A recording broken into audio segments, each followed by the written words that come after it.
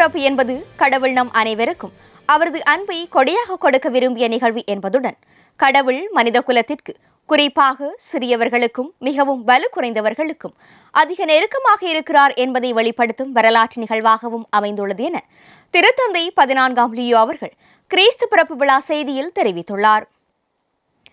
திருத்தந்தையர்களின் கோடைகால ஓய்விடமான ஹாஸ்டல் ஹந்தோர்போவில் உள்ள திருத்தந்தை 6ஆம் பவுல் தொடக்க பள்ளியில் 16ஆம் தேதி கடந்த செவ்வாய்க்கிழமை இடம்பெற்ற 11வது கிறிஸ்துமஸ் இசை நிகழ்ச்சியில் கலந்து கொண்டு மாணவர்கள் மற்றும் அவர்களது குடும்பத்தினருக்கு வழங்கிய உரையிலேயே மேற்கண்டவாறு தெரிவித்த திருத்தந்தை அவர்கள், கொடையாக பெற்றுக்கொண்ட கடவுளின் அன்பை மற்றவர்களுடன் பகிர்ந்து கொண்டு அந்த உணர்வை முழுவதும் வாழவும், அமைதி, அன்பு மற்றும் ஒன்றிப்பை வளர்க்கவும் குழந்தைகளை ஊக்குவிக்க வேண்டும் எனவும் கேட்டுக்கொண்டார்.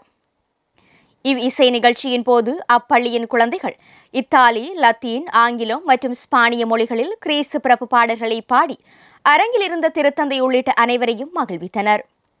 பல்வேறு மொழிகளில் கிறிஸ்து பிறப்பு பாடல்களை கேட்பது மிகவும் அழகாக இருந்ததெனவும், குழந்தைகள் வெவ்வேறு மொழிகளில் பாடுவதை கேட்பது கிறிஸ்து பிறப்பு ஒவ்வொருவரின் இதயத்திலும் மகிழ்ச்சியையும் அமைதியையும் எழுப்புகின்றது என்பதை புரிந்து கொள்ள அனைவருக்கும் உதவுகிறது எனவும் திருத்தந்தை அவர்கள் சுட்டிக்காட்டியுள்ளார்.